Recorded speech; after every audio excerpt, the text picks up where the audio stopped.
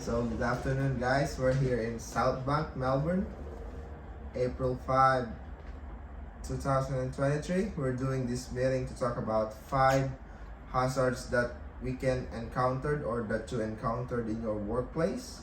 There's a 5 types of hazards, which is physical, chemical, biological, ergonomic, and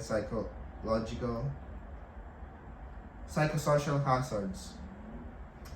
So physical, these hazards that can cause physical harm such as slips, trips, and falls, moving machinery or equipment.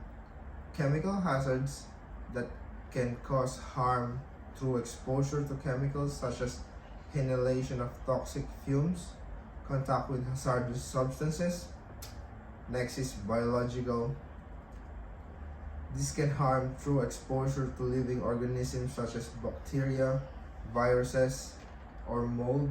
These hazards are often found in healthcare facilities, laboratories, and other industries. Ergonomic hazards. These are hazards that can cause harm to workers.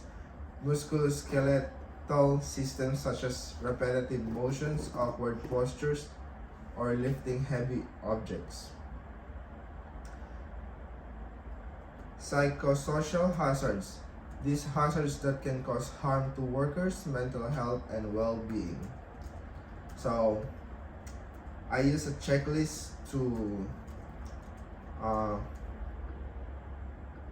monitor our workplace. So these are the 2 hazards that I found in our workplace. So reaching equipments on top of the shelf. This can cause equipment might fall and hurt the person. So Karina, I want you to assess this risk and control this.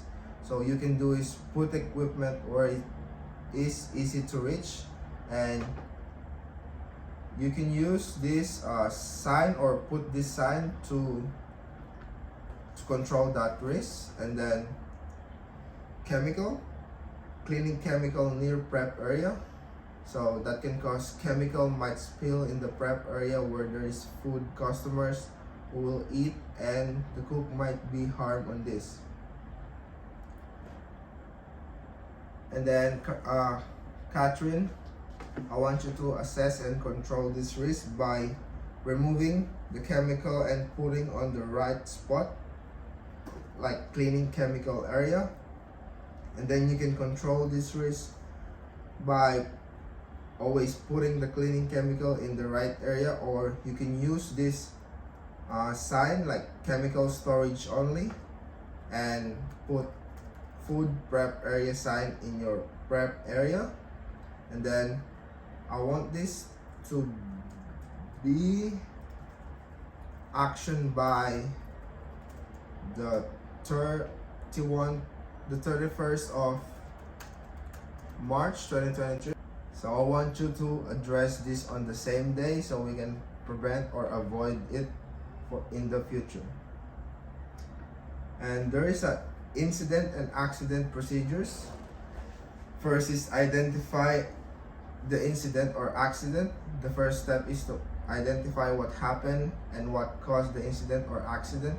This includes gathering information about any injuries, damages, or losses that occurred. Second is notify the appropriate person. The next step is to notify the appropriate person or department of the incident or accident. Third is document the incident or accident. This may involve completing a report form which should include the date, time, location, and details of the incident or accident. Lastly is follow-up. Once the incident or accident has been reported, it is important to follow up with any additional information or actions that need to be taken. Do you have any issues that you found in your area, Catherine? Yes. So the hazard that I encounter in our restaurant, which is a chemical hazard. Yeah. There's a container of cleaning solution is which is stored near the food or cooking utensil, could contaminate the food or the utensil with harmful chemicals. So you can assess or prevent these risks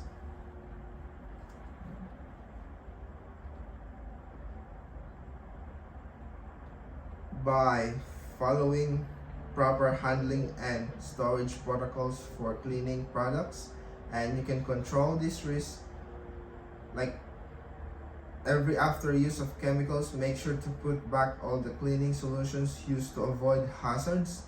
You can also put this sign in your area like chemical storage or food prep area. And then what's next? So I also encounter a psychological hazard, which is the stress and pressure can lead to burnout, anxiety, and depression. The long hours, lack of break, physical demanding work can take a toll in a person's mental health and well-being. So you can assess this risk by employers can take steps to support their employees' mental health, such as offering regular breaks, providing access to counseling or therapy services, and fostering a positive and supportive environment. Also, you can control this risk by assigned tasks, and rosters should be divided equally as well as breaks. This will result to a harmonious kitchen and a good teamwork. You can also see videos on YouTube that can help mental health, improve your working attitude. And then anything else, That's Karina? So yeah, I've encountered two hazards. The first one is the physical hazard. So there is a spill or there is a water on the floor. So you can assess this risk by immediately mopping the wet area and put a caution sign, which is like, you know, those yellow slippery wet floor signs. You can put those ones there after you mop it or before you do it if you're gonna do it immediately. You can control this risk by making sure the wet area is immediately clean and inform the other staffs to be more cautious. What's the other hazards that you found? The next one is a biological hazard. So the vegetables was not washed immediately after delivery. So if you're as the head chef, you need to check these ones every prepping. So you need to wash the vegetables right before you cook them or prep them, and then make sure they're dry. And then to control this risk, check and wash the vegetables. Some of the vegetables could have worms and other pests that can cause food poisoning. Next, Ira. Yeah, we have found like two hazards that can cause harm by people, which is one is physical hazard, spill on the floor that can cause slip and fall incident. So you have the same issue as Karina. Yes. You could have immediately clean up the spill and place wet floor sign in the area to alert others of the hazard. And you can control by informing the staff about the wet floor and tell them to be careful, or immediately mop the floor and put wet floor sign. Next is And the other one is chemical hazard, which is unlabeled and improper storage of chemical products that can mix up and can cause food contamination. so you have the same with Catherine. So you can assess this risk by make sure to put label and place in proper storage area to avoid food contamination that may harm people. Alright, thank you. And then you can control the risk by when receiving a new delivery of chemical products, make sure that it's labeled properly, and after being used, put it immediately in the designated area. You can also use a sign like chemical storage area only or the MDS signs. And lastly, in conclusion to our meeting, we'll be having our next meeting on May 12, 2023. All of the things that we discussed should be taken into action in the following days to avoid hazards.